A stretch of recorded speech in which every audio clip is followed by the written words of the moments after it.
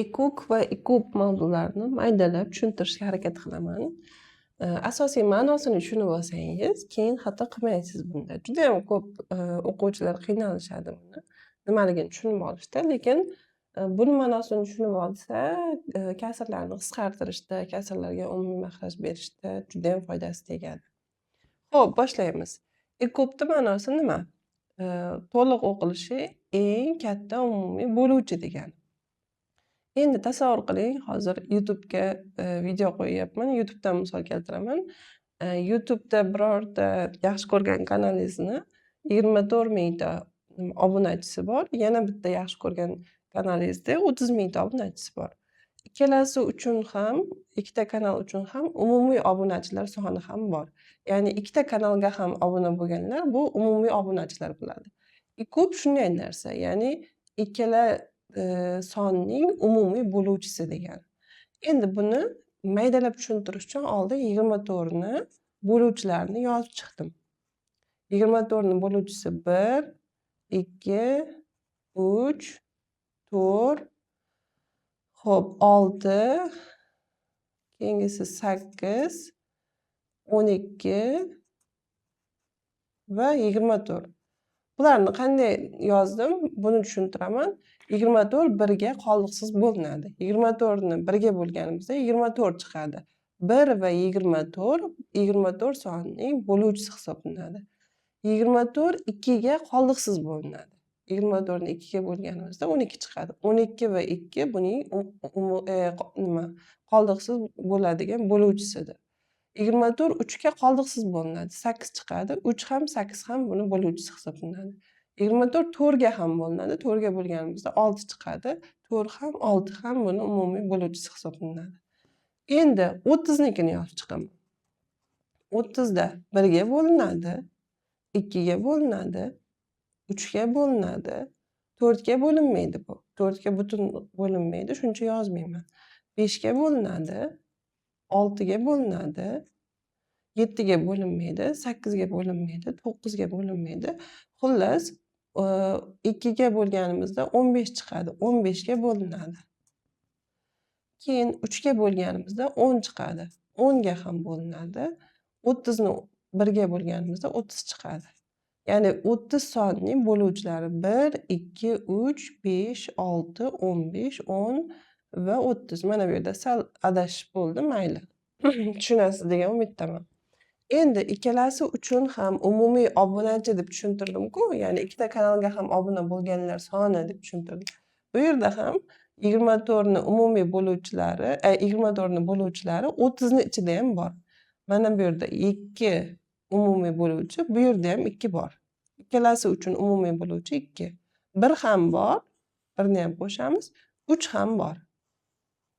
Ya'ni 24 va 30 uchun umumiy obunachi, umumiy bo'luvchi 1, 2, 3. 1 ni hisobga olmasak ham bo'ladi, chunki har qanday sonda bo'luvchi sifatida 1 bor. Shuning uchun 1 ni tashlab ketaman. 1 ko'paytirishda o'zi hech qanday ta'siri yo'q bo'lgan son hisoblanadi. Shuning uchun tashlab ketsangiz bo'ladi. 2 va 3 ni ko'paytirib qo'yaman. Javob 6. Ya'ni ekubi 24 va 30 ni 6 ga teng. Endi bundan keyingisi ekuk.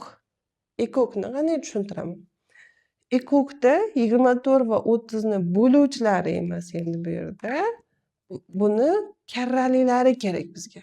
Karralisi degani nima degani? 24 ni birinchi karralisi o'zidir. 24 ni ikkinchi karralisi 48 dir. Buni uchinchi karralisi 72 dir. Shunday 24 oshib ketaveradi. 24 ga 72 qo'shsak 96. Bu cheksiz davom etadi. Cheksiz davom etadi. 30 ni karralilarini yozaman.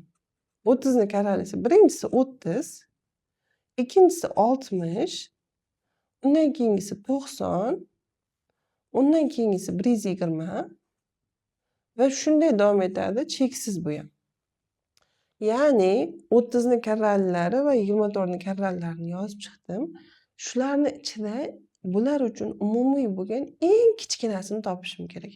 Hali umumiy kelmadi. 24, 48, 72, 96, 30, 60, 90, 120 keldi. Lekin ikkalasi uchun umumiy kelmadi. Mana buni davom ettiraman. 24 ni 96 ga qo'shsam yana bitta karralisi keladi. 10, dilda bor 1, 2 ga 9 ni qo'shsak 11, dildagi bilan 120. Mana birinchi kelgan karrali biz uchun ekuk hisoblanadi. Mana bu. Tushunarli? Ya'ni 24 va 30 ning eng kichkina umumiy karralisi 120. Bundan keyin yana davom etib ketaveradi. Umumiy karrallar yana cheksiz davom etib ketaveradi, kelaveradi. Lekin bizga eng kichkinasi kerak. Tushunarli bo'ldi? Tushunarli bo'lgan bo'lsa, albatta bu shaklda ishlamaysiz. Buni boshqacha shaklda ishlanadi. Bu faqat mantig'ini tushunib olishingiz uchun mana shuni misol qilib ko'rsatdim. Endi ishlanishida qanday ishlanadi? Xo'p, mana buni oddiy usulda ishlashda mana bu shaklda ishlaysiz. 24 va 30 ni yon-yonga yozasiz. Ikkalasi 2 ga bo'linadi. Eng kichik tub sondan boshlaymiz. 2 ga bo'lganimizda 12, buni 2 ga bo'lganimizda 15 qoladi. Xo'p, bunga bitishga qo'yib qo'yaman. Chunki ikkalasini ham bo'ldi. Endi yana 2 da davom ettiraman. 12 ni 2 ga bo'lsak 6, 15 2 ga bo'linmaydi. Shuning uchun 15 ni o'zini yozib qo'yaman. Keyingisi yana 2 da davom etaman. 6 ni 2 ga bo'ldim 3, 15 ni 2 ga bo'la olmayman, chunki qoldiqsiz bo'linmaydi. Buni ham 15 deb yozib qo'yaman. Keyingisida 3 ga davom etaman. 3 ni 3 ga bo'ldim 1, 3 ni 15 ga bo'ldim 5. Mana bunga bitta bitishga qo'yaman, chunki har ikkalasini ham bo'ldi. Mana bu yerda va mana bu yerda ikkita son ham bo'lindi. Endi 3 ga bo'linish to'xtadi, chunki 5 ga o'tdik. Endi 5 ga bo'lib qo'yaman. Javob mana bu yer 1 bo'lgancha davom etasiz. Endi ikkalasiga pitichka qo'ygan qismimni ko'paytiraman. Bu javob 6 chiqadi. 2 kara 3. Ya'ni bu usulda ham javob 6 chiqadi.